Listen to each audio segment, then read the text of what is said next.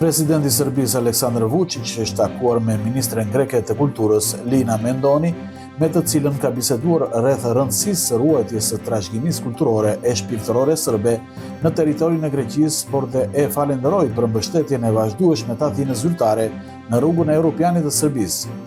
Serbia dhe Greqia ndajnë miqësi të sinqertë dhe respekt të ndërsjellët që paraqet themel të fortë për thellimin e mëtejshëm të bashkëpunimit në të gjitha fushat me interes reciprok, ka thënë Vučić.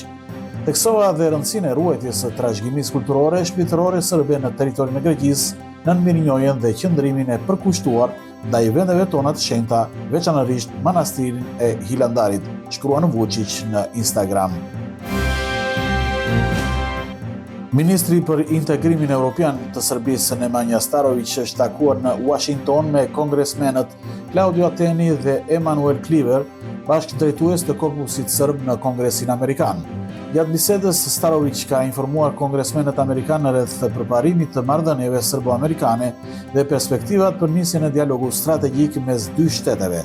Sikurse bete ditur në njoftimin e Ministrisë së Integrimit Evropian, kongresmenët Teni dhe Kliver e mbështetën fuqishëm këtë iniciativë.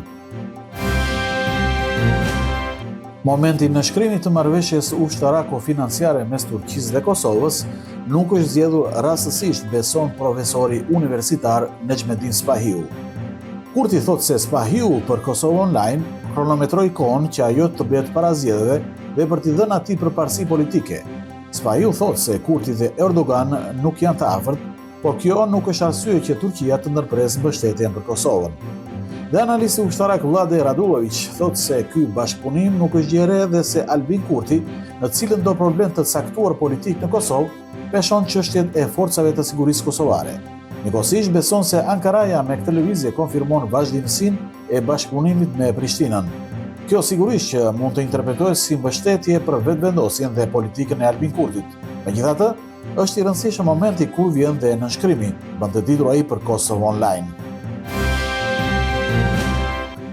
Deputetët e legjislaturës së 10 të Kuvendit të Kosovës, që zgjati jo më shumë se 2 muaj e gjysmë, kanë të drejtën e pagës kalimtare dhe për një vit dhe për këtë kanë aplikuar 85 deputet apo 2/3 e tyre. Paga kalimtare sipas ligjit u takon 12 muaj dhe gjatë kësaj periudhe, deputetët e deritashëm duhet të heqin dorë nga çdo raport tjetër me punën që u sjell të ardhura. Deputetët marrin pagë mujore prej 1.914 eurosh, çka në një vit shkon gati në 23.000 euro.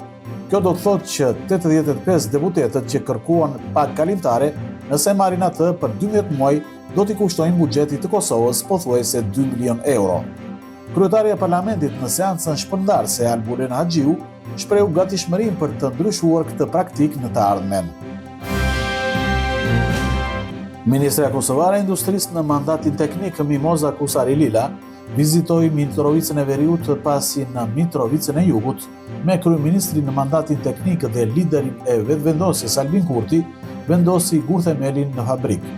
Ajo vizitoi ambientet e sapo çelura të Agjencisë së Pyjeve të Kosovës, ku bisedoi me të punësuarit. Në ambientet që Kurti qeli së fundmi, dikur ndodheshin zyrat e postës së Serbisë. Xi Jinping dhe Donald Trump janë takuar në Pekin. Presidenti kinez i bëri thirrje kolegut amerikan që së bashku të ndërtojnë dritën e së ardhmes dhe tha se për herë ka besuar se Kina dhe Shtetet e Bashkuara të Amerikës kanë më tepër interesa të përbashkëta se sa dallime. Trump i tha se është nder për të që të jetë miku i tij dhe se marrëdhëniet mes Shteteve të Bashkuara të Amerikës dhe Kinës do të jenë më të mira se ç'kanë qenë më herët.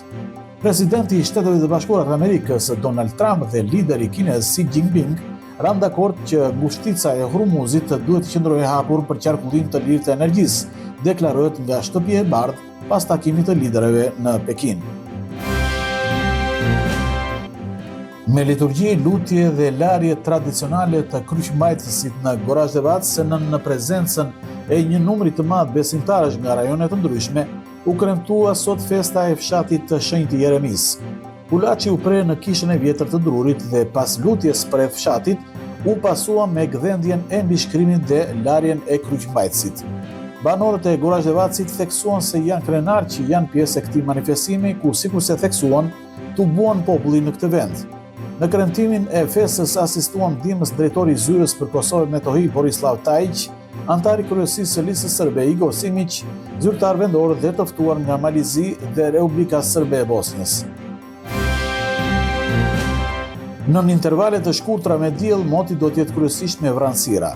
Temperatura me ulët do të jetë nga 6 deri në 10 gradë Celsius, ndërsa me larta nga 12 deri në 20 gradë Celsius me reshje lokale. Dhe për fundjavë, moti do të jetë i ndryshueshëm dhe pak i ftohtë.